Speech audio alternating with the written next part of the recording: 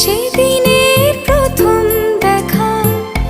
দু চোখে দু চোখ রাখা,